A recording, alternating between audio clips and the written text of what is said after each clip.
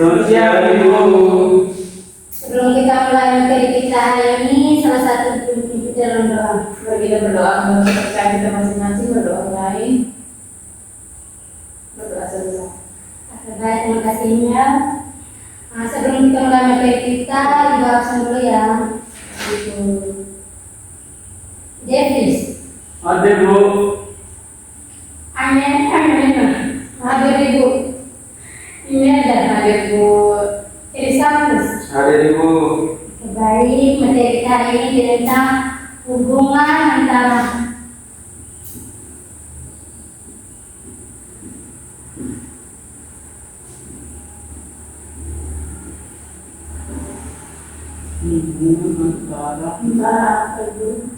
antara makhluk hidup dan ekosistem.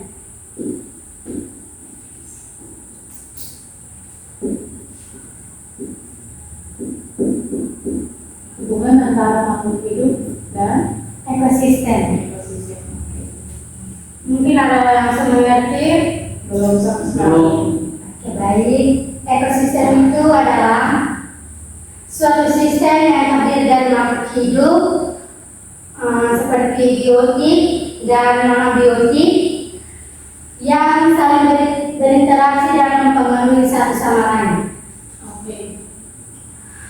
Nah, sebelum kita masuk ke bagian inti, kompetensi inti, itu dibagi menjadi 4 bagian, yaitu yang pertama sikap spiritual, yang kedua sikap sosial, dan yang ketiga sikap pengetahuan, dan yang terakhir sikap keterampilan. Nah, sikap spiritual itu tentang menerima dan menjalankan tugas agama yang dianutnya. Nah, yang kedua itu sikap sosial, tentang menunjukkan perilaku dan bertanggung jawab dan sopan santun,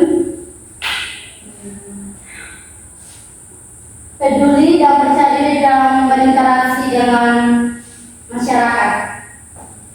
Nah, yang ketiga itu sikap pengetahuan, itu memahami pengetahuan faktual dan konseptual.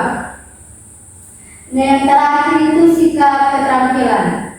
Nah, sikap keterampilan itu mengujikan pengetahuan dalam bahasa yang jelas, sistematis, logis, dan kritis.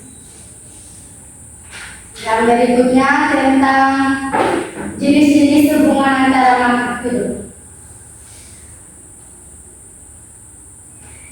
Jenis-jenis hubungan antara makhluk hidup dibagi menjadi 3, yaitu yang pertama simbiosis mutualisme, yang kedua simbiosis komensalisme, dan yang ketiga simbiosis parasitisme.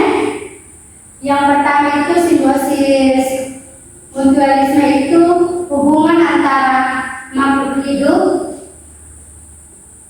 yang saling menguntungkan. Apakah ada yang tahu contohnya? Tidak Ibu. Contohnya itu kupu-kupu dan bunga.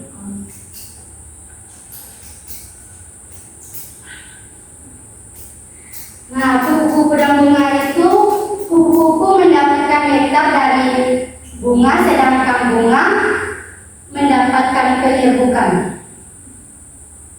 Nah, yang kedua tentang simbiosis komensalisme, itu hubungan antara makhluk hidup yang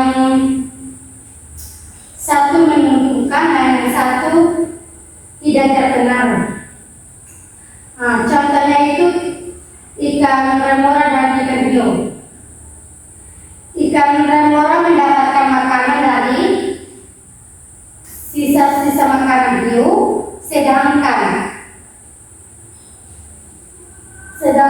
hiu tidak terpengaruh.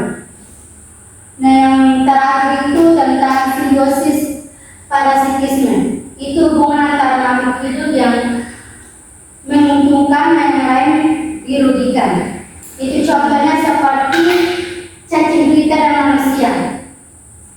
Ketika cacing pita mendapatkan makanan dari manusia, sedangkan manusia dirugikan. Materi kita Sehingga pada hari ini saja, nanti dilanjutkan ke minggu depan. Iya Ibu. Selamat siang untuk kita semua. Selamat siang, Ibu.